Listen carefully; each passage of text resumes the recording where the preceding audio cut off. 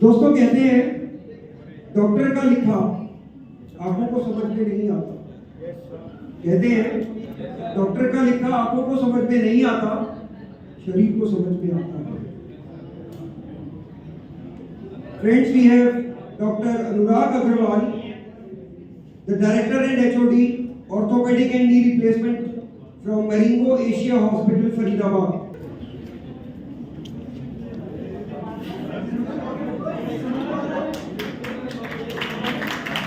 तालियां बजाने से ब्लड प्रेशर नॉर्मल होता है, please trust me.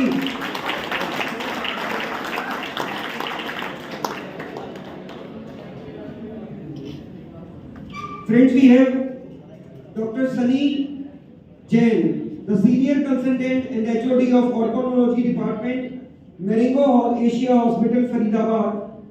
I would like to request Dr. Mukesh Saini, Dean Academics, to kindly come on the stage and facilitate Dr. Sani.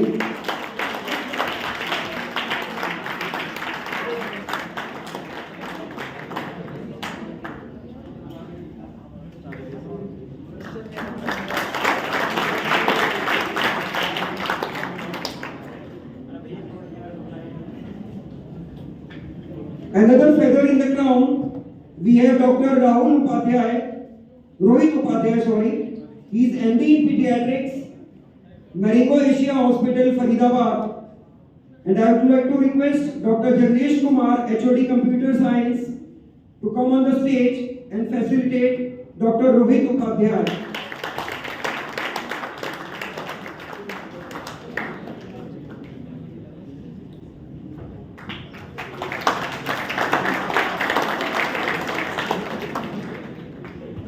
The person behind this scene, the person behind this camp, behind this doctor's talk is Sandeep Atri. I would like to request Sandeep Atri to come on the stage and on behalf of Echelon Institute of Management, I would like to take the privilege to honor him.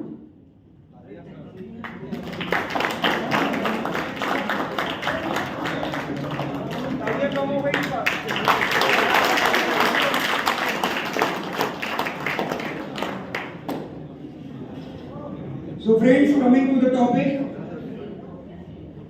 what we say, what are doctors? एक आत्मनिर्भर इंसान को 3 चीजों की जरूरत पड़ती है। Obviously भगवान नहीं था तो उसने मां बनाई। दूसरा शिक्षक जो हमारे साथ है, और तीसरा doctor. Doctor have a big responsibility to bring smiles. They bring smiles on the faces of human. So let's welcome all these 3 doctors who have spared their valuable time. Dr. Anurag Agarwal, he has come directly from the OT. This doctor's talk was scheduled at 12:30, but we are fortunate he is there to share his experiences, coming straight away from the OT, Operation Theatre. So let's welcome all these 3 doctors with a round of applause, because they will tell us which is going to benefit us in our coming future. Let's give them a big round of applause. I would like to request Dr. Anurag Agarwal to come and start his teachings for us.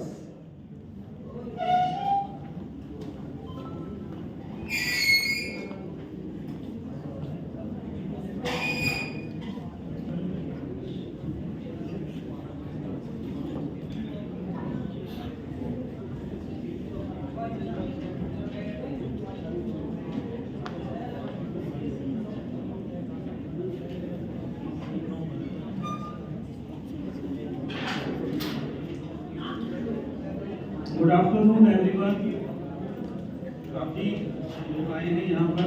I am welcoming all and thank you for inviting me here. आज हम लोग discuss करेंगे knee pain. जैसा आप लोग सब जानते हैं, नी पेन पहले खाली ओल्ड लोगों की प्रॉब्लम हुआ करती थी, लेकिन अब काफ़ी यंगस्टर्स को, कॉलेज स्टूडेंट्स को भी नी पेन की प्रॉब्लम देखने में आती है। हमारी ओपीडीज के अंदर नी पेन वाले भी पेशेंट्स काफ़ी ज़्यादा आ रहे हैं। सो आज हम लोग डिस्कस करेंगे नी पेन आप लोग कैसे दूर कर सकते हैं। पहले लोग खाली सोचते थे तो दादा दादी को पेरेंट्स को नी पेन की दिक्कत होगी उनको डॉक्टर के पास लेके जाना है। अब आप लोग अभी से ध्यान रखिएगा जिससे आप लोगों को भी डॉक्टर के पास नहीं आना पड़ेगा। सबसे पहले प्रिवेंशन स्ट्रेटजीज के अंदर मैंने सारे पॉइंट्स इसके अंदर इनोमरेट किए हैं, जैसे आप लोग पढ़ सकते हैं। फिर एक एक पॉइंट के बारे में मैं आपको बताऊंगा। सबसे पहला वेट कंट्रोल, देन नेक पोस्चर कंट्रोल, डाइटरी फैक्टर्स जो आप लोग बिल्कुल ध्यान नहीं देते हैं, aerobic exercise, stretching exercise and prevention of injuries. सबसे पहला वेट रिडक्शन। वैसे यहाँ पर जितने भी स्टूडेंट्स दिख रहे हैं most of the students fit दिख रहे हैं, सबका वेट कंट्रोल में ही लग रहा है मेरे को, कोई ओबीस लग नहीं रहा है इनमें से।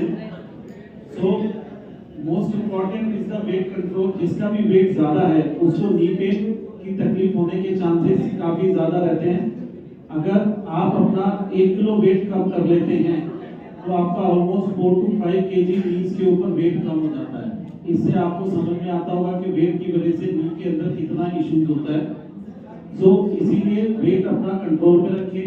वेट कंट्रोल करने के लिए अपना डाइटरी बहुत ध्यान रखें, अपना डाइट बहुत ध्यान से लें, एक्सरसाइज प्रोटोकॉल बनाएं, उससे आपका वेट रिडक्शन रहेगा।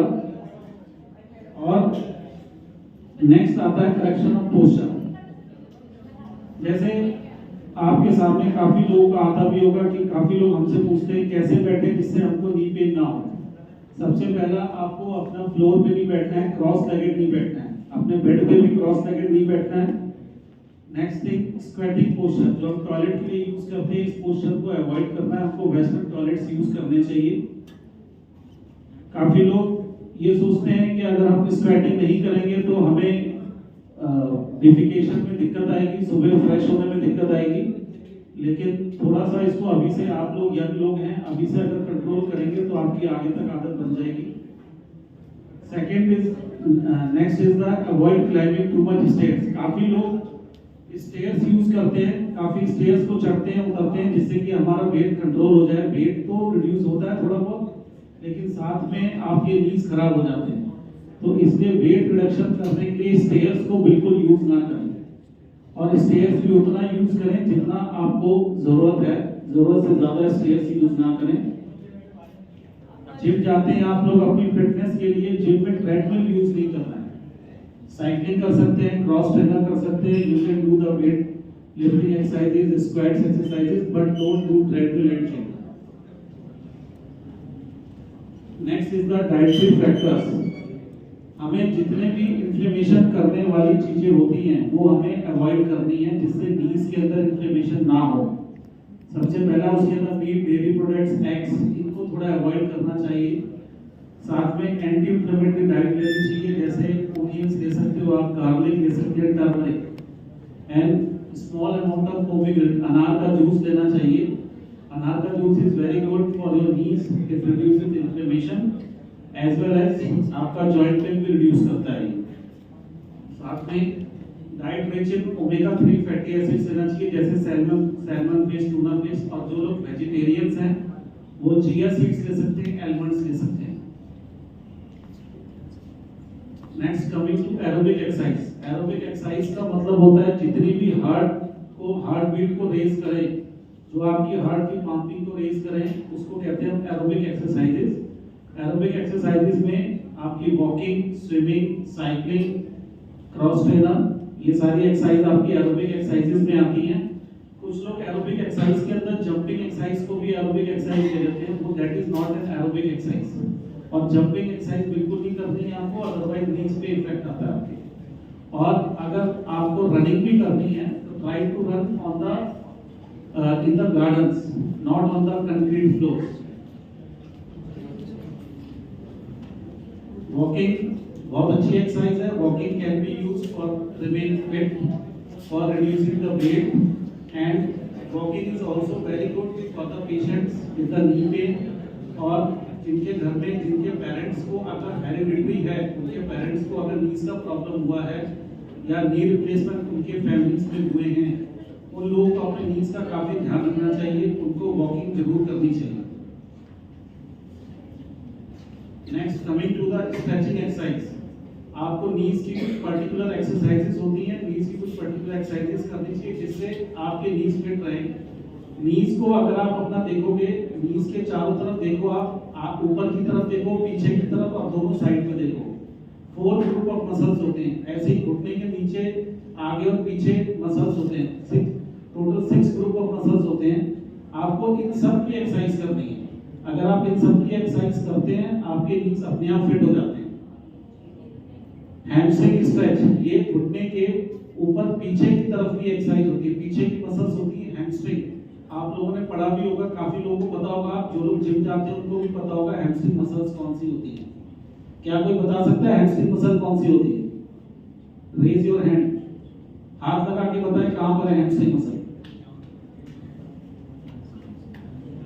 आप खड़े हो, आगे हो,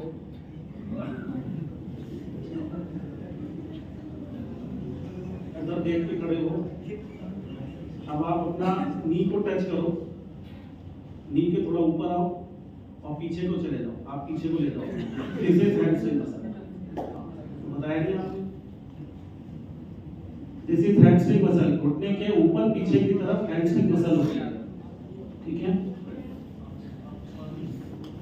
आपको हैमस्ट्रिंग मसल की एक्सरसाइज करनी है, स्ट्रेचिंग एक्सरसाइज करनी है। जैसे ये देख रहे हैं आप, एक पिक्टोरियल डायग्राम है, इसके अंदर देखिए आपको लेग को ऊपर लेना है, कोई दुपट्टा ले ले, उससे अपने फुट को खींचना है अपनी तरफ। इससे घुटने के पीछे वाली मसल आपकी टाइट होगी। This is called as hamstring stretch exercises. ये आपको थोड़ी देर तक होल्ड करके रखना है और 5 to 10 टाइम्स करना है। Next is the calf muscle. Calf muscle तो सबको पता होगी। काफ मसल के लिए आपको एक्सरसाइज करनी है। चेयर लेंगे, चेयर पे सपोर्ट लेंगे और फिर एक नी को थोड़ा सा आगे बेंड करेंगे और दूसरे वाले पैर को पीछे रख के उसको आगे चेयर को पुश करने की कोशिश करेंगे। आपको फील होगा कि घुटने के पीछे वाली मसल नीचे की तरफ वो थोड़ा सा टाइट हो रही है, स्ट्रेच हो रही है। This is calf stretch. आपको ये वाली एक्सरसाइज भी करनी है। इसको एक बार में थोड़ा सा होल्ड कर, कोई भी एक्सरसाइज करेंगे थोड़ा सा होल्ड करके रखेंगे उसको और 4-5 बार उसका रिपीटिशन करेंगे। Next is the straight leg raise. आप लेटेंगे, सीधा अपने पीठ के बल लेटेंगे, पैर को उठा के रखेंगे, फिर अपने फुट को अपनी तरफ खींचेंगे और इसको थोड़ी देर तक होल्ड करके रखेंगे। This is the straight leg. इससे आपका क्वाड्रिसेप्स मसल की एक्सरसाइज होती है। क्वाड्रिसेप्स मसल पता है किसी को? बिल्कुल घुटने के ऊपर वाली जो मसल है आगे की तरफ, this is the quadriceps muscle. This is the most important muscle for the knee joint. अगर आपका क्वाड्रिसेप्स अच्छा है तो आपको नी जॉइंट में कोई दिक्कत नहीं है। जैसे आपने पोलियो के पेशेंट्स देखे होंगे, पोलियो के पेशेंट चलते हैं अपने घुटने के ऊपर हाथ रखकर। आप लोगों ने देखा होगा पोलियो के पेशेंट हाथ रखकर चलते हैं। वो इसलिए चलते हैं उनकी क्वाड्रिसेप्स मसल वीक होती है। जिसकी भी क्वाड्रिसेप्स मसल वीक होगी उसका नी लॉक नहीं होगा। तो इसीलिए क्वाड्रिसेप्स मसल की प्रॉपर एक्सरसाइज करेंगे तो आपका घुटना अच्छे से काम करेगा। जैसे ये एक्सरसाइज है, ये देखिए घुटने के ऊपर एक आप देख रहे हैं राउंड है, this is the quadriceps muscle. इसके लिए आपको अपना नी को स्ट्रेट करके रखना है, नीचे कुछ टॉवल रख सकते हैं और उसको प्रेस करना है हार्ड, एकदम प्रेस करना है, हार्ड करके प्रेस रखना है थोड़ी देर तक। Hold it for 10 seconds and then release it. इसको ऐसा 8 से 10 बार करना है एक बार में, दोनों नीज के लिए अलग अलग। इससे आपका नी स्ट्रेंथनिंग हो जाएगी। Next is the pillow squeeze. घुटने की अंदर की मसल्स को कहते हैं एडक्टर मसल्स। इन दोनों के बीच में आपको एक पिलो रखना है। पिलो रख के उसको जोर से प्रेस करना है और उसको थोड़ी देर तक होल्ड करके रखना है 5-10 सेकेंड्स तक। ऐसा आपको 5-6 बार करना है। ये आपकी अंदर की मसल्स को स्ट्रॉन्ग कर देगा। Next is the heel raise. Just like this, आपको खड़े होना है, कोई चेयर का सपोर्ट ले सकते हो या कोई आपके सामने कोई स्लैब है उसका चेयर ले सकते, उसका सपोर्ट लेके आपको अपने टोस पे खड़े होना है। तो उस पे 5 सेकंड्स के लिए खड़े होना है, फिर नीचे आ जाना है। Then this is the sit to stand exercise.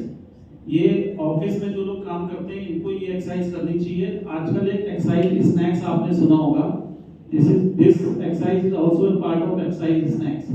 आपको ऑफिस में बैठे बैठे अपने लिए एक्सरसाइज करनी है, आपको किसी लोग को घर पे टाइम नहीं मिल रहा है एक्सरसाइज करने का, बहुत बिजी रूटीन्स हैं, तो वो लोग इस एक्सरसाइज को कर सकते हैं। चेयर पे बैठें और फिर विदाउट एनी सपोर्ट उठना है। 1 मिनट के अंदर उनको 15 बार ये एक्सरसाइज करनी है, 15 से 20 बार। ये दिन में 3-4 बार कर सकते हैं। इससे आपकी क्वाड्रिसेप्स मसल भी स्ट्रांग होती है, साथ में हैमस्ट्रिंग मसल भी स्ट्रांग होती है। और अगर आपको बैठने उठने में दिक्कत होती है तो आप पिलो भी रख सकते हो चेयर पे, अगर चेयर काफी नीचे है। And last is the prevention of injuries. ये सबसे इम्पोर्टेंट होता है यंगस्टर्स के लिए। आप स्पोर्ट्स खेलते हैं, कोई भी आप एक्टिविटी करते हैं, आउटडोर एक्टिविटीज करते हैं, उसके अंदर आपको ध्यान रखना है कि आपको कोई इंजरीज ना हो। इंजरीज से बचने के लिए आपको अपना बैलेंसिंग एक्सरसाइज करनी चाहिए। कोई भी स्पोर्ट्स खेलने जा रहे हैं उसके पहले उस स्पोर्ट्स की प्रॉपर ट्रेनिंग होनी चाहिए आपके पास। सेकंड, स्पोर्ट्स स्टार्ट करने से पहले आपका प्रॉपर वार्म अप होना चाहिए। उसके बाद फिर आपको स्पोर्ट्स स्टार्ट करना है। और साथ में आपको प्रोटेक्टिव इक्विपमेंट्स रखने हैं अपने। जैसे सपोज आप अपना रनिंग कर रहे हैं तो आप नी कैप्स यूज करें, एंकल रैप्स यूज करें। अगर आप बैडमिंटन खेल रहे हैं तो नी कैप्स यूज करें और आप अपने elbow bands, wrist bands use करें। उससे आपको जॉइंट्स इंजरीज का प्रिवेंशन होगी। और कोई भी इंजरी होती है अगर जॉइंट के अंदर, later on it can go to the osteoarthritis. तो अभी से आप अगर अपनी इंजरीज को प्रिवेंट करके रखेंगे तो आपको आगे जाके दिक्कत नहीं होगी। साथ में अगर आप प्रोटेक्टिव इक्विपमेंट्स रखेंगे, पहनेंगे उनको, तो आपको वियर एंड टियर काफी कम होगा जॉइंट्स के लिए। अगर आपका वियर एंड टियर कम होगा तो नेचुरली आपका जॉइंट खराब होने से, डैमेज होने से बचेगा फ्यूचर में। तो ये सारी चीजें आप करें और इससे अपना नी पेन को आप प्रिवेंट कर सकते हैं। और इसके बाद अगर आपको नी में प्रॉब्लम्स होती हैं और आपका पेन परसिस्ट करता है नीज के लिए, तो आप अपना 1 हफ्ते से ज़्यादा अगर नी पेन परसिस्ट कर रहा है, स्वेलिंग हो रही है आपको, तो आपको डॉक्टर को जाके दिखाना चाहिए। अगर आप डॉक्टर को नहीं दिखाएंगे तो you can land up in some big problem. तो ये चीज़ें आप लोग ध्यान रखें, इससे आप अपना नी पेन को प्रिवेंट कर सकते हैं। Thank you.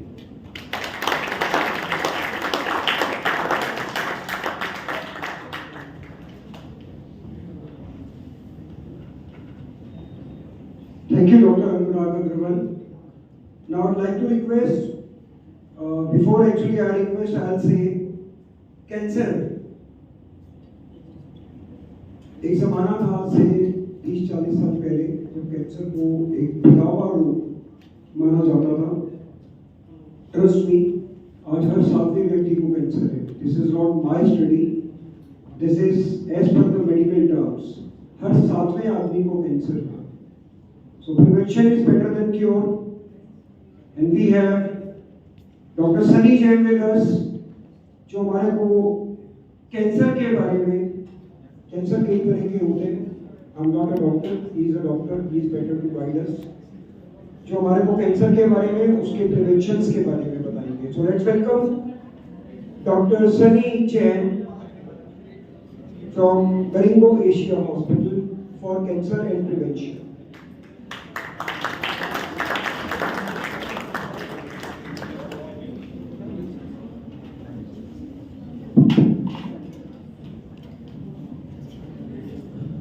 Good afternoon everyone. मैं ना पोडियम में फिट भी नहीं होता हूँ, ना मैं एक जगह होता हूँ, बेटर है ऐसे बात करना। So I like to keep it as a dialogue rather than a monologue. Anyone from the ground, cancer क्या है? एनीवन, सही गलत कोई फर्क नहीं पड़ता। What is cancer? Anyone?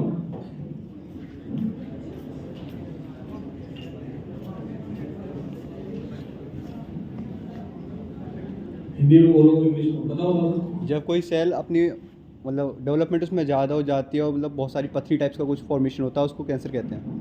Very good. तो क्या बोला आपने? कोई भी सेल जब ज़्यादा ग्रोथ हो जाती है, ज़्यादा ग्रोथ हो जाती है।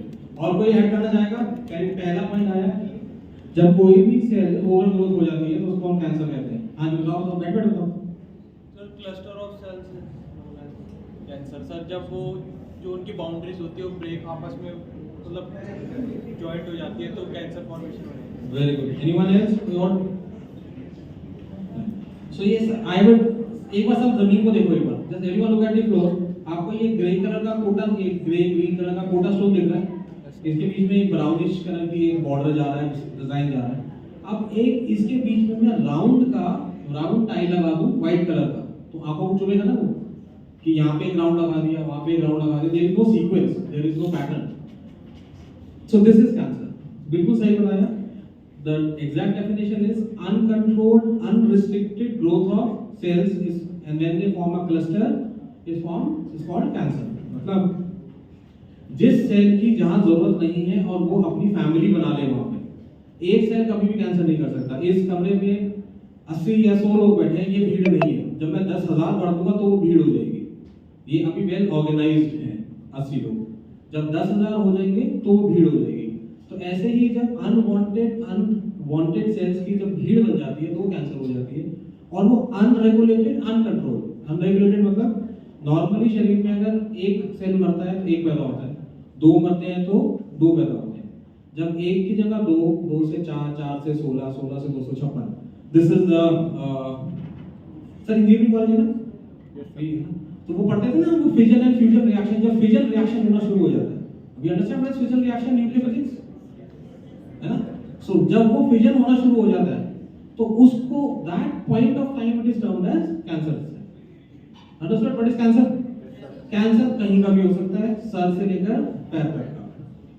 सो I don't want to discuss कि कैंसर का ट्रीटमेंट क्या है क्या नहीं है, ना ही मुझे प्रिवेंशन बताना, सबको पता है, गूगल वापस सबके पास है।